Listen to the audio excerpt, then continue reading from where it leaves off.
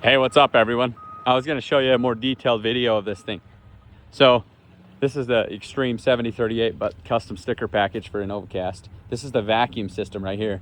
So what we have is backup, like a motor engine that's separate fuel, separate air compressor or vacuum from the main one. So you'll have your main vacuum connected to the engine power, but if you lose power in the forklift, then you got an always running second vacuum right here that keeps a suction on this stuff right here. So we're running around negative 10 psi as we're picking panels typically.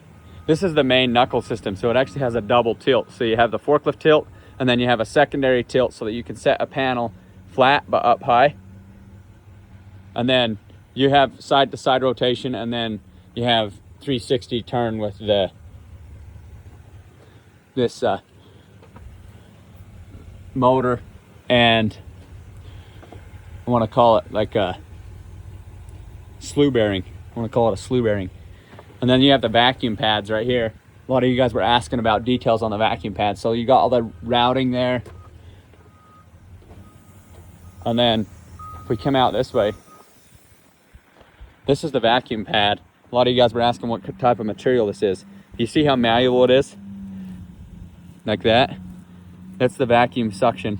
But that's the reason you can suck against rough edges, and even with the chamfer in the panel, you can actually suck right over a chamfer and it will just flex and form into it. You can kind of see that. And then this tilts back and forth, but also this whole head tilts. Like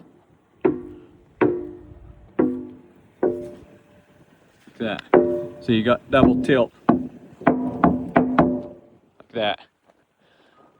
So that's kind of where that is.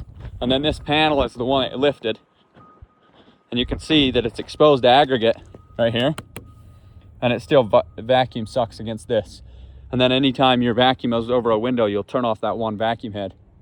But see, it'll suck right against the chamfer. Okay, so yeah, that's pretty much it. And then obviously you just shim it up like that. So now you set it against the building and you mount it to the building, and then you shim it for height and everything, and shim it right here for width.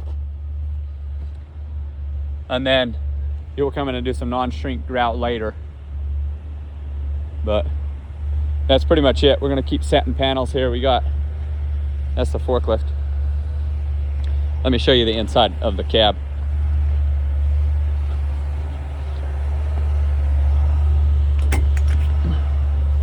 So if we come up in here, power it on.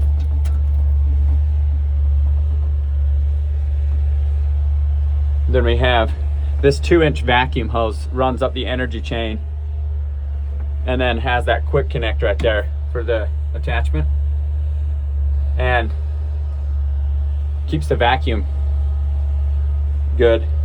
And then you have the gauges here, but you also have a gauge here that shows the vacuum diagnostics and all of the how much suction you have on each one. So let's see, we can actually activate vacuum and deactivate vacuum, and then you have to double confirm, and then you select activate vacuum, and you can activate one at a time from the cab like this. So there's that, and that's actually currently using some of the tank right here. Let me show you. This is part of the structure, but it's also a vacuum tank, the whole length of this machine. So anytime you lose vacuum from the machine right there, you still have a bunch of vacuum that's stored right here. So that will show you. From there you have all the tie-ins to the vacuum tank. It's basically a surge tank. And then you have the gauges right here, so you can have one gauge per pad. And then this is the on-off valve, so that's off and on for if you want to turn off one pad at a time, like that. And there's mounts through the air vacuum tank, so that's how you mount it to the slew bearing, that screw.